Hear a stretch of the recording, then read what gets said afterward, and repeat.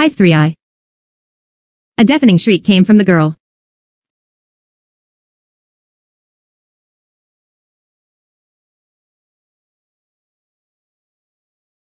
Overlord Volume 1 Prologue and Chapter 1 Prologue. The knight in full plate armor stood before the girl and her little sister, his sword raised high. His blade gleamed in the sun, and he poised himself, ready to end their lives in a single merciful stroke.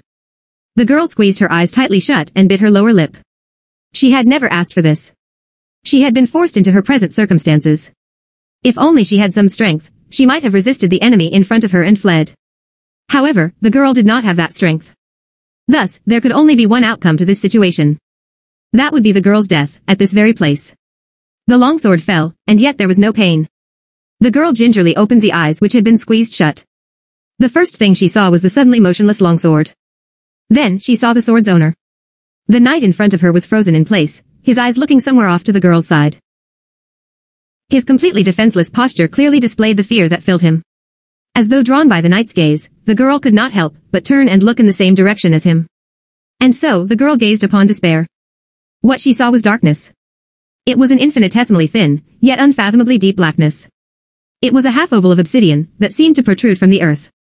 It was a mysterious sight that filled the ones watching it with a powerful sense of unease. Was it a door? The girl could not help but think so after she saw what lay before her. As her heart lurched, the girl's conjecture was confirmed. Something seemed to be coming out of that shadowy passage. And in the moment that it resolved itself in her eyes, hi 3i. A deafening shriek came from the girl. It was an opponent which humanity could not overcome. Twin points of crimson light burned brightly within the empty eye sockets of a bleached skull. Those 2 points of light coldly scanned the girl, and the others present, like a predator sizing up its prey.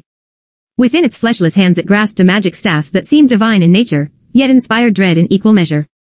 It was like a crystallization of all the beauty in the world. It wore an intricately detailed black robe, and it resembled nothing so much as an incarnation of death, born from the darkness of another world. In an instant, the air seemed to freeze. It was as though time itself had stood still in the wake of a supreme being's advent. The girl forgot to breathe, as if the sight had stolen her soul away. Then, in this silent realm, the girl began choking, and gasped for air. This avatar of death must have manifested itself in order to guide her to the land of the dead. It was only natural to think so. But then, the girl who thought this way suddenly realized that something was wrong.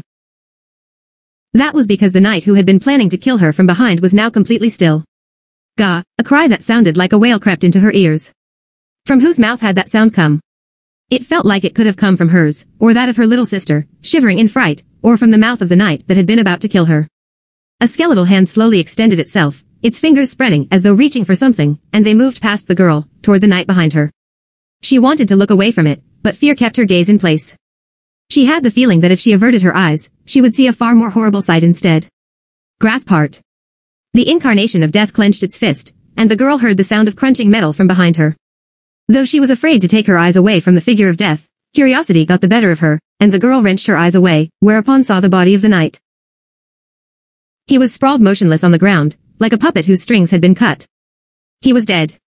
There was no doubt that he was dead. The danger that had almost claimed the girl was no more. But this was no cause for celebration. The death that stalked her had merely taken a more concrete shape. That death drew close to the girl, who watched it with terrified eyes. The darkness in her field of vision grew ever larger. It's going to swallow me up. As the girl thought this, she clutched her sister tightly to herself. The notion of escape no longer existed within the girl's head. If her opponent were human, she might be able to cling to some faint hope and struggle desperately for her life. But the being before her shattered that hope like spun glass. Please, at least let me die without pain. That was all the girl could hope for. Her shuddering sister hugged her tightly. All she could do was apologize for her weakness, for being unable to protect her sister's life. She prayed that her sister would not be lonely as they went on to the afterlife, because they would be traveling there together. And then, the end and the beginning. Part 1. In the year 2138 AD, there was a term, DMMORPG. That word was an acronym for Dive Massively Multiplayer Online Role-Playing Game. These games were played by connecting a dedicated console to the brain via a neuronal nanointerface, an intracerebral nanocomputer network created from the fusion of cyber and nanotechnology. These were games that allowed one to enter a virtual world and experience it as though it were real life. And among the myriad DMMORPGs that thronged the market, one of them stood head and shoulders above the others, Yggdrasil. This game had been painstakingly developed and released 12 years ago, in 2126. Compared to other DMMORPGs of the time, Yggdrasil's selling point was player freedom. It had over 2,000 basic and advanced job classes. Every class had a maximum of 15 levels, and so in order to reach the overall level cap of 100, one would need to take at least 7 different classes. However, players could take as many classes as they wanted as long as they met each class's prerequisites. A player could even take 100 classes at level 1 each, although that was very inefficient. As such, in this system, it was virtually impossible to make identical characters unless one was deliberately trying to do so. In addition, one could use various creator tools, sold separately, to fully customize one's armor, weaponry, flavor text, appearance, and other cosmetic settings. A vast playing field awaited its players. There were 9 worlds in total: Asgard, Alfheim, Vanaheim, Nidavellir, Midgard, Jotunheim, Niflheim, Helheim, and Muspelheim. It boasted a massive world, numerous classes, and freely customizable appearances. These features ignited the creative spirits of its Japanese players, and sparked what would later be known as a stylistic revolution. So popular was it that whenever the word DMMORPG was mentioned in Japan, listeners would immediately think of Yggdrasil. Still, all these were things of the past now. Diamond suit, diamond suit, diamond suit. A gigantic table carved of gleaming black stone sat in the center of the room, surrounded by 41 luxurious chairs. However, most of those seats were empty. Once, every single place had been filled, but now only 2 were occupied. One of the seated people was clothed in a magnificent black academic robe, edged in violet and gold. The collar seemed excessively gaudy, but somehow it fit the overall design. However, the exposed head was a bare skull. Points of dark red light glowed in its large eye sockets, and behind that skull glowed a halo of black radiance. The being in the other seat was not human either, merely a mass of a black, sticky substance. Its tar-like surface roiled and writhed continuously, never staying in the same shape for more than a second. The former was an overlord, the highest ranked of those magic casters, who had become undead in order to learn the most potent spells. The latter was an elder black ooze, which boasted the most powerful corrosive ability of the slime families. One might encounter these monsters in the most difficult dungeons. Overlords could use powerful spells of the highest tiers of magic, while elder black oozes were dreaded for their ability to degrade weapons and armor. However, they were not game monsters, but players. In Yggdrasil, players could choose their character races from 3 broad groups: humanoid, demi-human, and heteromorphic. Humanoids were the basic player type and comprised humans, dwarves, wood elves, and the like.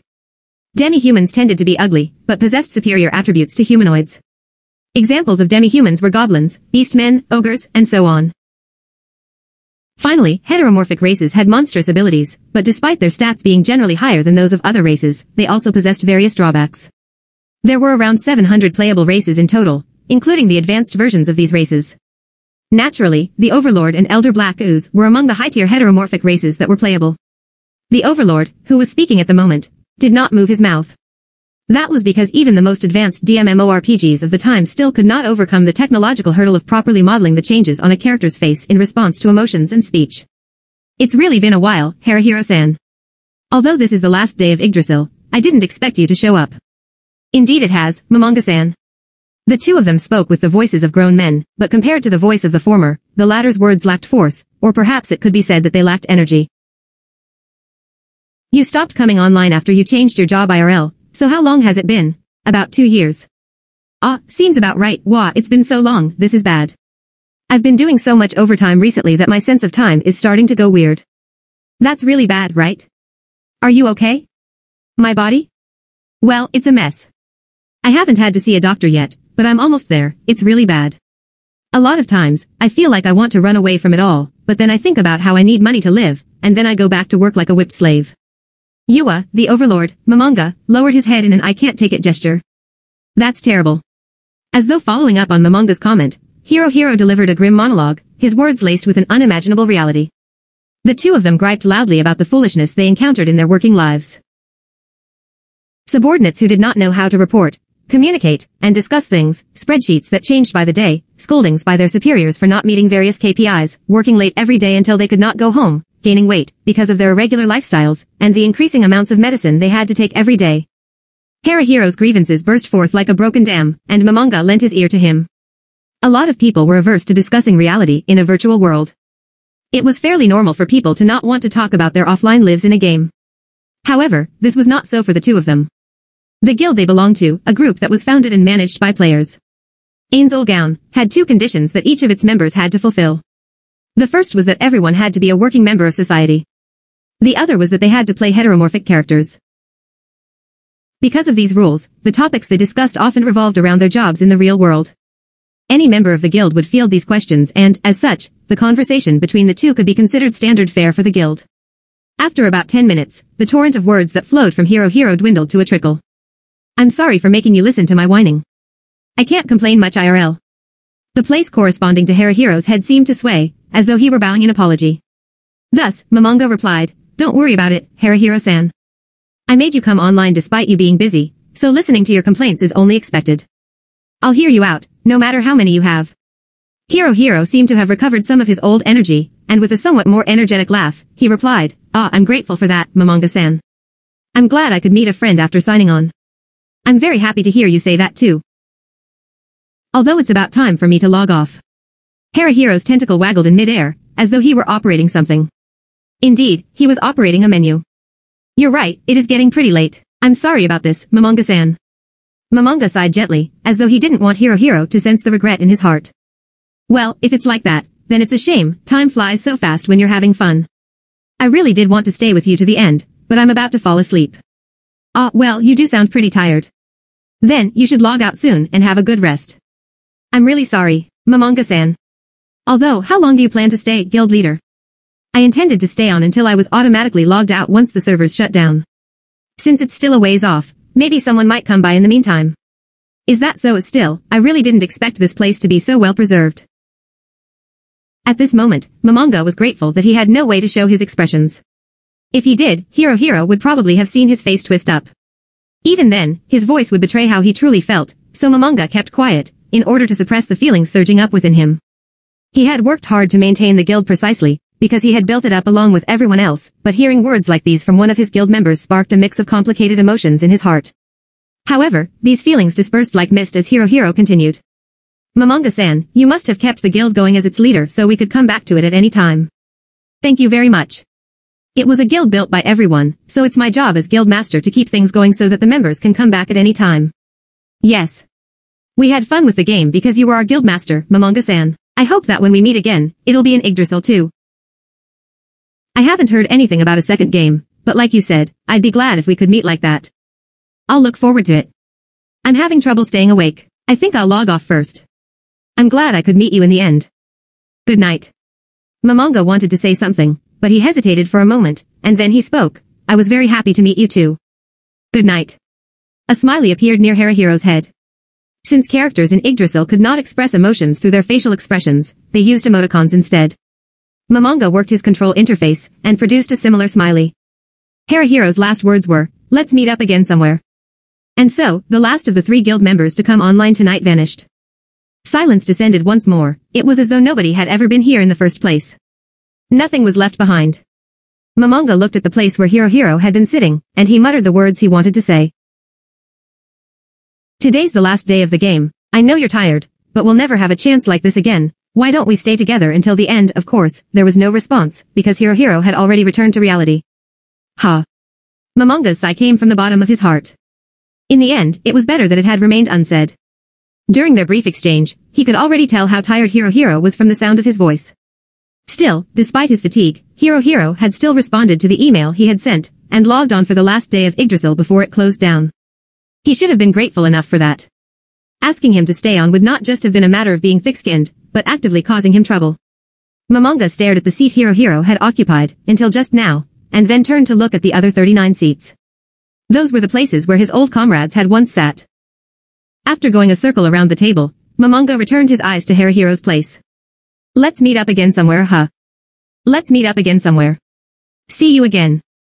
He had heard these words several times before, but they had never come true. Nobody had ever returned to Yggdrasil. When and where will we meet again? Momonga's shoulders shook violently, and the words he could no longer hold back exploded forth. Are you kidding me? He pounded the table as he shouted. The Yggdrasil system registered this action as an attack, and began the complex calculations of Momonga's bare-handed attack strength against the table's defensive strength to determine the final total of damage inflicted. In the end, the area Momonga had struck emitted a simple 0. This is the great tomb of Nazareth that we built together. How could you abandon it just like that? After he shouted the words in his heart, the only thing left in there was emptiness. No, that's not right. They didn't abandon it lightly, they simply made the choice between reality and fantasy. It couldn't be helped. Nobody would betray the guild. Everyone who made that decision must have found it painful. Mamanga muttered like he was trying to convince himself, and then he stood up. He walked toward the wall, where an elaborately decorated magic staff was kept. 7 serpents twined around the body of the staff, which resembled the Karakian carried by Hermes Trismegistus. The serpents' mouths gaped open in agony, and each mouth held a gem of a different color. The grip was exquisitely carved out of crystal, and glowed with blue light. Anyone would be able to recognize this staff as a supremely high-quality item, and it was a guild weapon that was unique to this guild. One could call it the symbol of Ain's Ulgaun. This staff, which should have been a treasure held by the guild master, was instead kept in this room as a decoration. That was because there was nothing else which represented the guild quite like this. Guild weapons were typically kept hidden away in safe places, and not used for their tremendous powers, because a guild would be disbanded if its associated guild weapon was destroyed. Even Ain's Ulgaun, a guild which existed at the peak of Yggdrasil, was no exception to this. This was the reason why the weapon had been kept here, and Mamanga had never touched it, despite the fact that it had been tailor-made to complement his abilities. Mamanga extended a hand to the staff, but stopped halfway. This was because at this moment, in the last few minutes before Yggdrasil shut down for good, he realized that soon the glorious memories he had made with his comrades would be lost forever, like tears in rain. The confusion he felt over this made him hesitate as he struggled to come to a decision. Diamond suit, diamond suit, diamond suit. Everyone had adventured every day, with the sole purpose of assembling the guild weapon. Back then, they had held contests to see who could collect more raw materials more quickly, and there had been many disputes over the appearance of weapon. But slowly, after everyone's opinions were gathered, the weapon gradually took shape. That period of time had been the prime of Ain's Ulgaun, when all his glorious memories had been made. People had dragged themselves online after a grueling day at work, others had argued with their wives because they played until they neglected their families, and some even laughed and said they had taken special leave to stay home from work and log on to the game. There were times when they had spent entire days doing nothing but talking about silly things for amusement. There were times when they would draw up plans for adventures, and times when they went looking for treasure. They had also mounted raids on enemy guilds' home bases and laid siege to their strongholds. Once they had been attacked by a world-class enemy, an immensely powerful, hidden boss monster, and the guild had nearly been destroyed as a result. They had also discovered many previously unknown resources, and they had placed all sorts of monsters in their guild base in order to eliminate invading players. However, 9 of them were left as of today. Of the 41 members of the guild, 37 of them had quit. The other 3 were still registered as members of the guild, but Mamanga had already lost count of the number of days since they had last come here. Mamanga opened a system console and connected to the developer's website to inspect the official guild rankings. Right now there were just under 800 guilds in Yggdrasil. In the past, they had ranked as high as the 9th place, but now, as of the last day of the game, they were in the 29th place. At their lowest, they had fallen to 48th place. The reason why their ranking had not fallen even further was not because of Mamanga's efforts, but because of the items left behind by his former comrades. One could call this a hollow shell of a guild, a relic of past glories. This was the incarnation of those days. This was the staff of Ain's Ulgaun. Diamond suit, diamond suit, diamond suit. He did not want to let this weapon, and its memories of their golden days stay here to be a painful reminder of the past. Yet, contrary thoughts wormed their way through Mamanga's heart. Ain's Ulgaun had always decided things by use of a majority vote. Mamanga might have been the guildmaster, but his job was mainly communicating with people and doing other minor tasks. Because of that, now that there were no other guild members present, for the first time, Mamanga thought to exercise his powers as the guild's leader. This is a pretty sad state of affairs. Mamanga muttered to himself as he operated his player console. He intended to equip himself in the gear that best suited the leader of a top-tier guild. Yggdrasil's equipment was classified according to how much data each item possessed. Items with more data were ranked higher. From the lowest to the highest rank, they were low class, middle class, high class, top class, legacy class, relic class, legendary class, and, what Mamanga was currently selecting, divine class. On his 10 bony fingers he wore 9 rings, each with a different ability. Then there was the matter of his necklace, his gloves, his cape, his shirt, and his circlet, all of which were divine class items as well. If they had a price, it would be a jaw-dropping one. The flowing robe which covered his torso was grander than the one he had worn earlier. A red and black aura rose slowly from beneath his feet, and at a glance it seemed extremely ominous. This aura was not the result of any skill Mamanga activated. It was simply because there had been extra room in the robe's data capacity, so the special effects data for a disaster aura had been added into it. Touching that aura would not cause any harm. In the corner of Mamanga's vision, he could see various indicators which showed his stats increasing. After changing out his gear, the fully equipped Mamanga nodded, satisfied that he looked the part of the guild's leader. Then, he reached out and grasped the staff of Ain's Ulgaun. As Mamanga grasped the staff of Ain's Ulgaun, It radiated a nimbus of reddish-black light. Tormented faces occasionally coalesced out of the roiling light, and then they crumbled and vanished again. They looked so realistic one could almost imagine them wailing in agony. I wonder if they went overboard with the details. The staff that had been made, but never used had finally found its way into its rightful owner's hands, in the twilight hours of Yggdrasil. Momonga rejoiced as he saw his parameters rising rapidly, but at the same time he felt sad. Let's go, symbol of the guild. Or no, my symbol of the guild. Part 2. Momonga left what was known as the Round Table Room. Guild members had a ring reserved for their use. Anyone who wore that ring would automatically appear in this place when they logged into the game, barring special circumstances. If any guild members returned, they would do so in this room. However, Momonga knew that the other members of the guild would not be coming back here. In the last few minutes of the game, the only player who remained in the gigantic great underground tomb of Nazareth was Momonga himself. Momonga suppressed the emotions that were rising like a tide, and walked through the halls. This place was like a castle built of alabaster, a magnificent world suffused with a regal atmosphere. If one raised their head to look to the ceiling, they would see crystal chandeliers hanging from the ceiling at fixed intervals, radiating a warm light. The broad hallways had brilliantly polished stone floors, which reflected the light from the chandeliers in a way that made it seem like twinkling stars were embedded in its surface. If a visitor opened the doors on both sides of him, his attention would be captivated by the decadent furnishings within.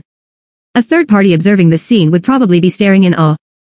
The much-hated great underground tomb of Nazareth had once been attacked by the largest invading force ever assembled in the game's history. 8 guilds banded together with their allies to bring a force of over 1,500 players, mercenaries, and NPCs to bear on Nazareth, but in the end, they had been miserably defeated. That legendary dungeon was now reduced to this. Diamond Suit. The great underground tomb of Nazareth had once been a 6th-floor dungeon, but it had been dramatically altered after Ainz Ulgaun took control of it. Currently, it was a 10-floor dungeon, and each floor had its own unique theme. The 1st to 3rd floors were modeled after a tomb. The 4th floor was an underground lake. The 5th floor was a frozen glacier. The 6th floor was a rainforest. The 7th floor was a sea of magma. The 8th floor was a wasteland. And the 9th and 10th floors were the realm of the gods, in other words, the home base of Ainz Ulgaun, which had ranked among the top 10 of Yggdrasil's thousands of guilds. Diamond Suit. The sound of Momonga's footsteps, and the tapping of his staff rang through this holy sanctuary. After turning several corners in these vast hallways, Momonga saw a woman in the distance, heading in his direction. She was a sensual beauty, whose lush, golden hair grazed her shoulders. She was dressed in a long, elegant maid's outfit, with a large apron. She was roughly 170 centimeters tall, with a slender build. Her ample bosom looked like it would burst out of her bodice at any time. Her overall appearance was attractive, and gave the impression of being graceful and kind. As the two slowly approached each other, the maid darted to the side of the hallways and bowed deeply to Momonga. In return, Momonga raised his hand in acknowledgement. The maid's expression remained as it was, and she kept the same smile on her face from just now. In Yggdrasil, facial expressions did not change, but this girl was slightly different from player characters with their unchanging expressions. This maid was a non-player character. She was not controlled by the game, but by a set of AI routines. Simply put, she was a mobile doll. Even if her design was incredibly realistic, her bow was nothing more than a programmed action. Momonga's acknowledgement of her bow was nothing more than a foolish gesture, because she was nothing more than a doll. However, Momonga had reasons for not treating her coldly. There were 41 made NPCs in the great underground tomb of Nazareth, each with their own unique design. Their creator was a mangaka who had broken into the industry with his maid illustrations, and who was currently serialized in a monthly magazine. Momonga studied the maid carefully. Apart from her looks, he also scrutinized her uniform. The intricacy of the design, especially the fine embroidery that speckled her apron, was enough to make people gasp in awe. Their design had been exceptionally detailed because of the declaration, "Maid uniforms are their secret weapons." Momonga couldn't help but feel nostalgic as he remembered the complaints from the other guild members who had helped with the design. Ah, that's right. I think it was from then that he started saying that maid uniforms are justice. Come to think of it, I think the manga he's drawing now has a maid as a main character. Do his assistants cry when he goes overboard on the designs? Ah, White Brim-san. The maid's AI routines had been programmed by Harahiro-san and 5 others. In other words, this maid was the personification of his past friend's hard work. He could not simply ignore her without feeling bad about it. After all, this maid was also a part of the glorious history of Ainz Ulgaun. Just as Momonga was contemplating these matters, the maid raised her head, as though she had spotted something, and tilted her head in surprise. The maids would do this if anyone lingered around them for longer than a certain period of time. As Momonga searched through his memories, he could not help but be impressed by Harahiro's elaborate programming. There should have been other hidden poses programmed into them as well. Momonga wanted to see them all, but time was very tight. Momonga glanced at the translucent watch on his left wrist and checked the time. As he thought, there was no time for him to spend waffling around.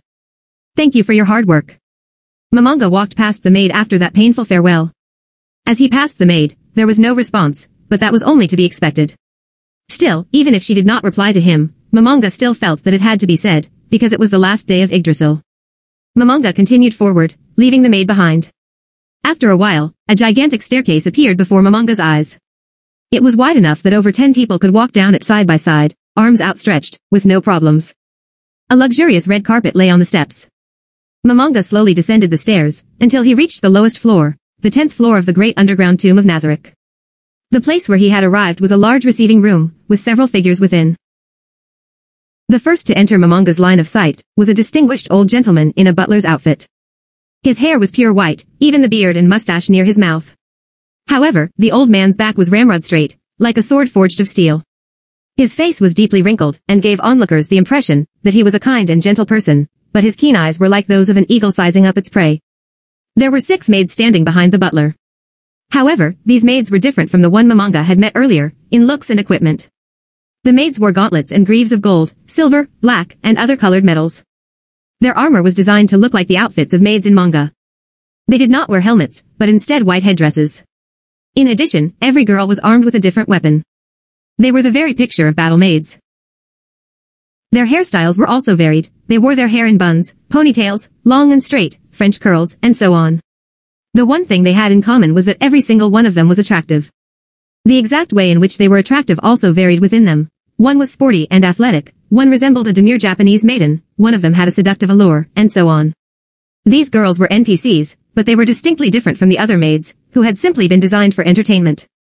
Their purpose was to defend against invaders. Diamond suit in a game like Yggdrasil, guilds enjoyed several benefits if they possessed a guild base of castle tier or higher.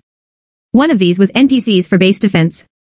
The NPCs that the great underground tomb of Nazareth could field were undead monsters.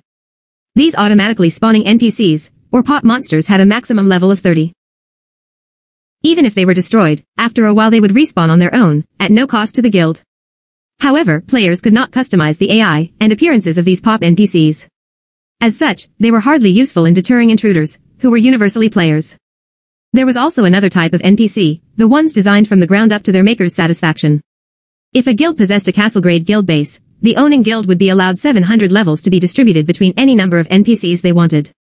Because the highest level in Yggdrasil was 100, by those stipulations, a guild could make 5 level 100 NPCs and 4 level 50 NPCs, or any combination thereof. When designing an original NPC, one could customize weaponry and other equipment in addition to clothing and appearances. As a result, one could create NPCs that were far stronger than the automatic spawns and place them in key locations. Of course, not every NPC had to be designed for battle. A certain guild which called themselves the Kitty Kingdom fielded no NPCs other than cats, or cat-related creatures. In this way, each guild could freely determine their unique style. Diamond suit Umo. Momonga placed his thumb on his chin, and looked at the butler, and maids who were bowing to him. Momonga typically used teleportation magic to move through the various rooms, so he had not had many chances to come this way. Looking at the staff filled him with nostalgia. He reached his hand out and touched an invisible menu, opening a page that only guild members could see. Then, he selected an option from several choices. As he did so, the names of the butlers and maids appeared over their heads. I see. So that's what they were called. Momonga laughed softly, at himself for forgetting their names, and also because of the fond memories they brought up in him. There had been quite a few arguments between his colleagues when they had chosen names for the NPCs. The butler, Sabaz's, design was that of a house steward. The 6 maids beside him were combat maids loyal to Sabaz. Together, they were called the Pleiades. In addition to these maids, Sabaz was also in charge of the tomb's manservants. The text box for Sabaz contained more detailed information, but Momonga did not feel like reading it. The servers would shut down soon, and he had to be somewhere before then. As an aside, all the NPCs apart from the maids were also very well fleshed out. This was because the guild members were all fans of complex backstories and details. Many of the guild members were artists and programmers, and a game like this which emphasized the customization of appearances, allowing them to indulge their desire to create and design, was a godsend to them.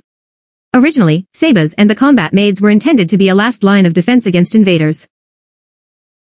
However, if enemy players could penetrate this deeply into the tomb, they would be able to handily defeat Sabas and the maids, so they were little more than speed bumps to buy time. However, no player had ever made it this far, so they had been waiting here for orders. Without orders, all they could do was wait for a chance to be of use. Momonga tightened his grip on the staff of Ain's Ulgaun. He knew it was foolish to feel pity for NPCs. They were nothing more than a collection of electronic data, and the closest they could come to real emotion was a very skilled set of AI routines. However, as Guildmaster, I shall put the NPCs to good use. Momonga could not help but laugh at himself for that incredibly lame line, and then he gave them a command. Follow me. Sabas and the maids bowed respectfully, to show they had heard and acknowledged the order. Leading them away from this place was not what the guild members had intended for them. Ain's Ulgaun was a guild that respected the will of the majority. It was forbidden for an individual to selfishly manipulate the NPCs that everyone had made together. However, this was the day when the curtains would fall on everything. Given that, everyone would probably forgive his indulgence. As Momonga thought about this, he continued moving forward, followed by the sounds of many footsteps. Diamond suit, diamond suit, diamond suit. Eventually, the group arrived at a vast hemispherical dome-shaped hall. 4 colored crystal lamps glittered from the ceiling, and there were 72 niches in the walls. Most of them were filled with statues. Each statue was modeled after a demon's appearance, and there were 67 of them. This room was called the Lemegeton. It was named after the Lesser Key of Solomon, which was a magical grimoire. The statues in the niches were designed to resemble the 72 demons mentioned in that book, and in truth they were golems, made out of extremely rare magical alloys. There should have been 72 of them, but there were only 67, because their creator got bored of the project and quit halfway. The 4 colored crystal lamps on the ceiling were a type of monster, and the moment an enemy entered their range, they would summon high-ranking elementals of earth, water, wind, and fire, in addition to bombarding them with area of effect attack magic. If these crystal lamps all attacked at once, the firepower they unleashed could easily defeat 2 parties of level 100 players, which would be roughly 12 people. This room could be said to be the final defensive line of the great underground tomb of Nazareth. Momonga led the servants behind him past the magic circle, and laid eyes on the giant doors before him. The majestic set of double doors were over 5 meters in height, and covered in intricate carvings. The left side was shaped into a beautiful goddess, while the right was made to resemble a cruel demon. So realistic was their design that even from across the room, Momonga thought that they would attack him. Still, while the carvings looked like they could move, Momonga knew that they had never moved before. Since they made it all the way here, we should gather in glory and welcome these brave heroes. Let others slander us as they will, but we shall welcome them proudly and openly, like the magnanimous lords that we are. That idea had been passed in accordance with the majority vote rule. Ulbert San, Ulbert Alan Odal. He was arguably the most obsessed with the idea of evil in the guild. Was it because of Chinibu? Momonga felt that way as he looked around the large hall. Will these 2 statues attack? He was right to feel so uneasy. Even Momonga did not fully grasp the secrets of all the mechanisms in this dungeon. It would not be strange if one of the retired guild members had left a strange sort of present for him. And the one who had designed this set of doors was just such a person. In the past, he had designed a very powerful golem, but shortly after activation, a flaw in the combat AI made itself known, and it attacked everyone around it. To this day, Momonga still had his doubts about whether that mistake had been on purpose. Hey, Lucifer-san, if they really attack me, I'll be mad, you know. However, Momonga's caution in reaching for the doors was unfounded.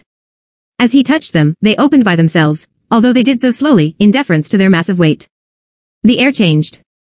Although the atmosphere from earlier was filled with quiet solemnity, the scene before his eyes now exceeded that by far. The air became a pressure that weighed heavily on the entire body. It was an exquisite piece of work.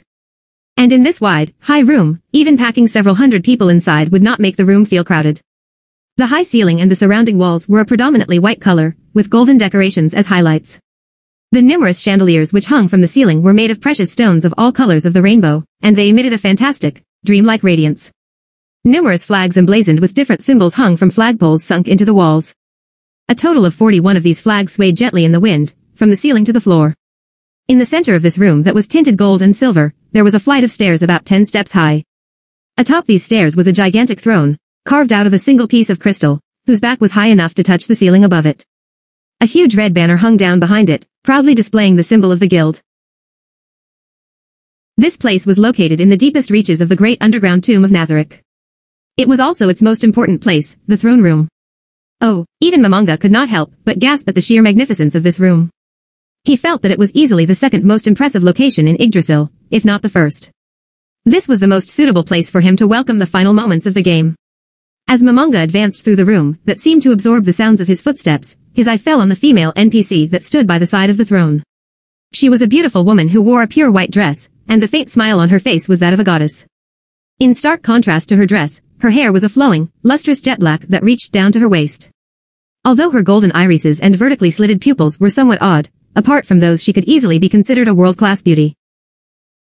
However, a pair of curled horns sprouted from the sides of her head. In addition, a pair of black feathered wings emerged from her waist. Perhaps it was because of the horns, but her divine smile seemed like a mask that concealed her true feelings. She wore a golden necklace that patterned after a spiderweb. It extended from her shoulders down to the tops of her breasts. Her slender wrists were covered in a pair of lustrous silk gloves, and in her hand she held a strange weapon that looked like a wand of some sort. It was roughly 45 centimeters long, and a black orb hovered at its end, floating lightly in the air but holding its position at the end of the wand. Momonga had not yet forgotten her name. She was the overseer of the floor guardians of the great underground tomb of Nazareth, Albedo. She was in charge of the 7 NPC floor guardians. In other words, she was the highest-ranked character in the great underground tomb of Nazareth. Because of that, she was permitted to await orders within the throne room, in the deepest reaches of the tomb. However, Momonga turned a sharp look on Albedo. I knew there was a world-class item here, but how is it that there are 2 of them here now? In Yggdrasil, there were 200 ultimate items in the game, known as world-class items. World-class items possessed unique abilities, and some of them were so balance-breaking that they could even request changes to the game's rules by the developers. Of course, not every world-class item possessed such insane power. Even so, a player who possessed even a single world-class item would be catapulted to the highest echelons of fame in Yggdrasil. Ain's Ulgaun possessed 11 items of them, the most of any guild. Even that was far in excess of any other guild. The guild in second place only possessed 3 such items. With the permission of the other guild members, Momonga was allowed to possess one of these ultimate items, and the rest of these world-class items were scattered throughout Nazareth. However, most of them were stored in the depths of the treasury, defended by its avatars. The only reason why Albedo could possess such a rare treasure like this without Momonga's knowledge was because the guild member, who designed Albedo, had given it to her. However, since today was already the last day of the game, Momonga felt that he should respect the wishes of his comrade who had given the item to Albedo, and so he did not take further action. This is a good place. Momonga's words were directed to Sebas and the Pleiades as they reached the base of the stairs leading to the throne. After that, he began climbing the stairs, but stopped when he heard footsteps behind him. Momonga could not help but laugh, although his skeletal face could not show any expressions. The NPCs were merely inflexible AI routines. If he did not give a specifically worded command, they would not recognize it as an order. Momonga had forgotten this, and thus he had not properly commanded the NPCs. After his guild members left, Momonga had begun solo hunting by himself to a nearly ridiculous degree in order to earn the gold needed to maintain Nazareth. He did not build friendships with other players and avoided them, as well as the high-difficulty areas he used to visit when his guild members had still been around. Then, he would deposit his earnings in the treasury before logging out. This had been his routine for almost every day. As such, he did not have much contact with the NPCs. Stand by. The sound of footsteps stopped. After Momonga gave the correct command, he ascended the final steps and arrived at the throne. He stared openly at Albedo, who stood by its side. Though he had entered this room before, he did not recall her eyes tracking him in his memories. What kind of backstory was she designed with?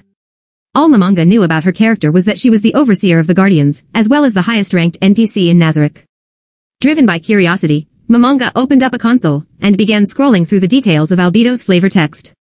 A flood of densely packed characters filled his vision. It was like reading an ancient epic poem. If he took his time to read it in detail, he would probably still be reading until the game ended. Momonga felt like he had stepped on a landmine. If he could move, he would have been trembling now. He wanted to scold himself for having forgotten that Albedo's creator was obsessed with this sort of thing.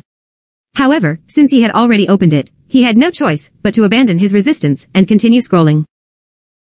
He didn't even skim the text for the important points, he simply scrolled to the bottom as fast as he could while looking at the title.